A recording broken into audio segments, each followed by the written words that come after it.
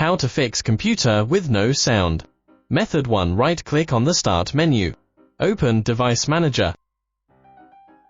In the interface, click Sound, Video and Game Controllers. Right-click on Realtek Audio and select Update Sound Card Driver.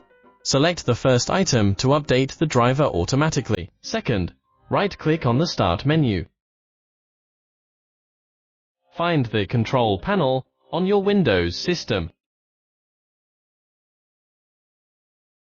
Open Hardware and Sound. Click on Sound. Right-click on Speakers to enable it. Method 3. Press the shortcut key, Win+R, to open the Run screen. Type services.msc, then enter. Find Windows Audio. Right-click and select Start.